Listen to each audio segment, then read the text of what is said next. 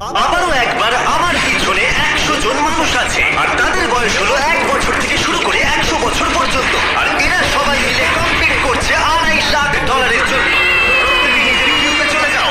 আর এটা আমার অন্য ভিডিওগুলোর মতো নয়। এই 100 জন মানুষ নিজেরাই ডিসাইড করতে চলেছে কে $2.5 লাখ ডিজার্ভ করছে। প্রত্যেকে নিজের কিউবের ভেতরে যাও।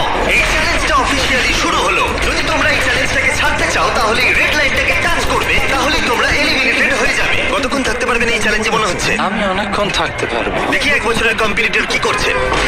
তুমি কি টাকাটাকে জিততে চাও?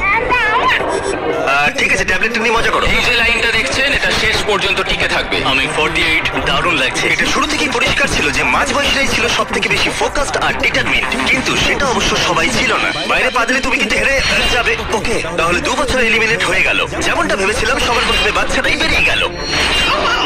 তোমার এখানে ভালো লেগেছে? ও যখন বলতে পারবে